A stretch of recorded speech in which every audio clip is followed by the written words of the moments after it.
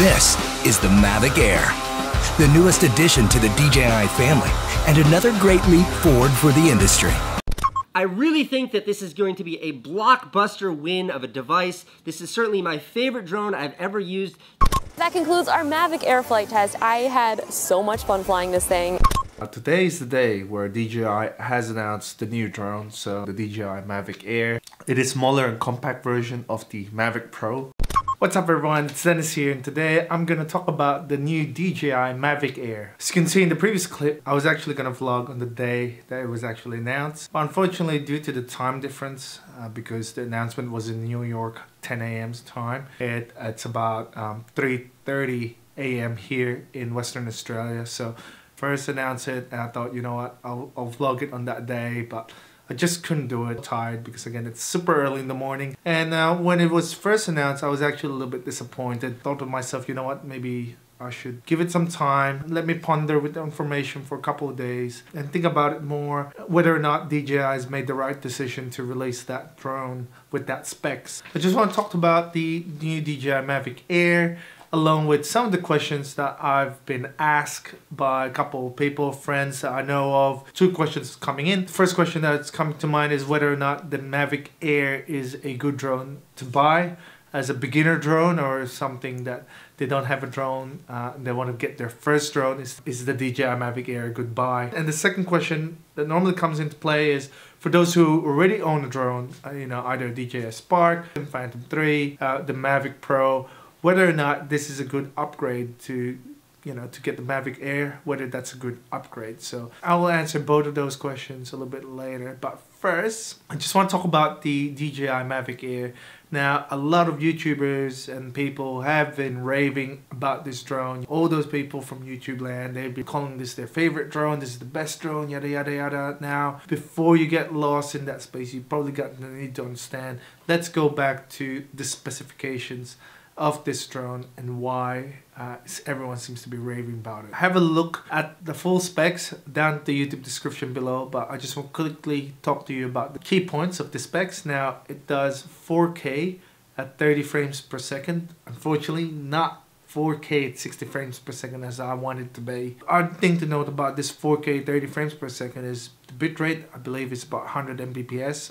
Now, for the normal consumer people, there, it doesn't really matter because they couldn't really see difference between it, but there is some slight difference in terms of quality compared to the Mavic Pro. The second highlight of this drone is the flight time. DJI has advised it can do 21 minutes of flight. It's better than the Spark, but not much better than the Platinum or the Mavic Pro Platinum, which can fly about 30 minutes. So it's somewhere in between. Finally, we look at it as it's the best of both worlds. Features of the Spark and the features of the Mavic Pro, they've combined it into this drone and they added a couple more special features, you know.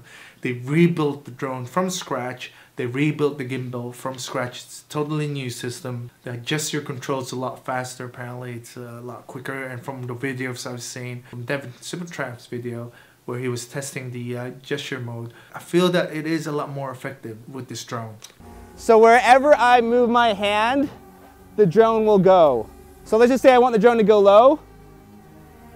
Now bear in mind they've also added a couple of new sort of features here, such as the automatic stitching of panoramic photos. It can also do a boomerang where it flies in and flies back, and a couple more new features. Again, I will list them down below. I feel that initially, again, I was a little bit disappointed. There are competitors out there like the Osto Robotics who've announced a new drone called the Evo, and the Evo has unbelievable specs. 4K 60 frames per second, 30 minutes of flight time. It looks and feels similar to the Mavic Pro. Again, I'll list it down below. I'll even link it down below so that you can have a look at it. But essentially it is what they've dubbed as the Mavic Pro killer. Now this was weeks before the DJI Mavic Air was announced, so they don't have a price for the Evo yet. I'm guessing it's gonna be the same price as the Mavic Pro, or maybe slightly less than that. Yeah, that's another competitive drone that you may or may want to look into. When I found out about that spec, I was you know, yeah, 4K 60 frames per second, man, that's really good. And I just wish that DJI would have, well, I was hoping that the new drone, the Mavic Air, would have come up with the 4K 60 frames per second, but So that's probably one of the initial disappointments that I've been. But now that I think about it, I feel that DJI is making the right moves for this one. Well, first of all, they're filling in all the gaps within the drone family. You know, they've got the DJI Tello for the kids section. They've got the Spark, kind of looks like a toy, kind of looks like a proper drone, and it's filling a need within that market. You know, those who doesn't want to break the bank to buy a drone, and who likes to enjoy the simple things and doesn't really need a longer flight time. Then you've got the Mavic Pro and the Mavic Pro Platinum, which kind of falls into the top end of town, semi-professional, 4K, portability and everything.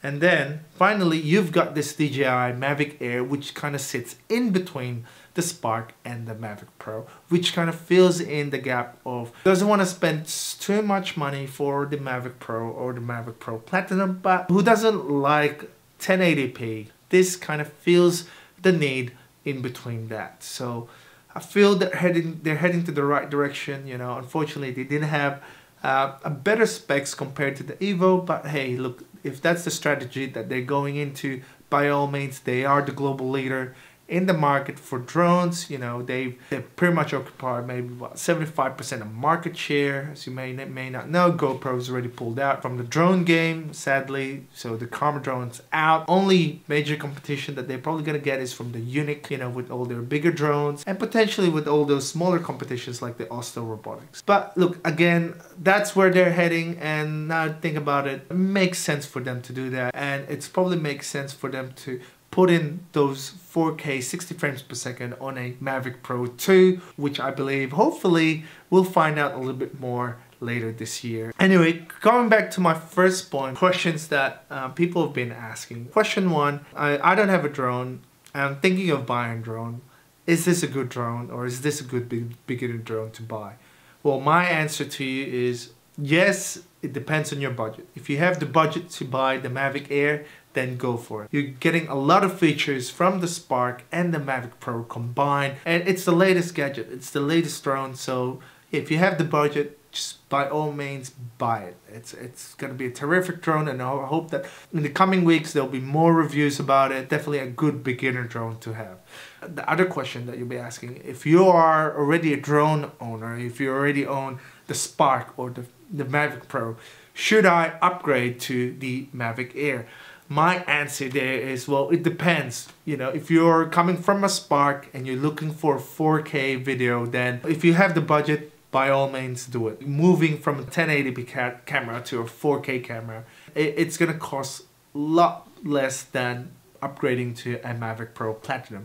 The only difference you'll be missing out is the flight time, you know, 30 minutes of flight time down to about 21 minutes. But it is a lot better than 15 minutes from the Spark. But if you're coming from, say, a Phantom 3 standard, or you know, the older Phantoms, it could be a good deal as well to move into the Mavic Air. Now, you're not only getting the portability, you're getting similar flight time plus the 4K camera and some of the nicest features from the Spark and the Mavic Pro. If your budget allows it, then do it. If you already have a Mavic Pro like me, should I upgrade to the Mavic Air? Personally, for me, I don't think I'll be upgrading to the Mavic Air yet. Maybe if I sell the Mavic Pro, that's maybe. I'll have to wait and see.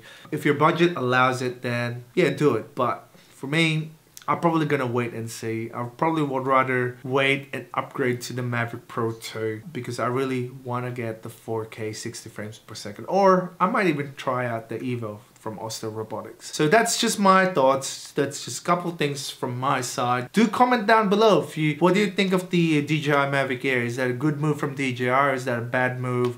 What are your thoughts of this new drone? Are you excited about it? Are you disappointed? Do comment down below. Would love to hear it from you. Yeah, so final thoughts. Look, DJI's come up with a new drone. I'm so excited about it. You know, initially I was a little bit disappointed, but I feel like they're actually making the right moves on this one. I've seen some initial reviews from people. Do check it out. End of the day, it really comes down to your budget, whether you want to purchase this drone, whether this is going to be your first drone, or whether you're going to upgrade from your previous drone. So just my personal thoughts about it. I still think that it's a good drone. It's a good beginner drone to start having now, and it's definitely hitting the right marks. Pretty much taken anywhere. I mean, the Mavic Pro, I'm really happy with the portability of it, but think about it, it's half the size of the Mavic Pro. It's lighter, it's faster, We'll just have to wait and see. Once it's been released on the 28th Jan, I'm sure there'll be more reviews that'll pop up. Well, that's it for me. Appreciate for you for tuning in, and if you enjoyed this video, give it a like. Really appreciate it, and remember to subscribe to my channel for more videos. Again, this is Dennis, and I'll see you next time.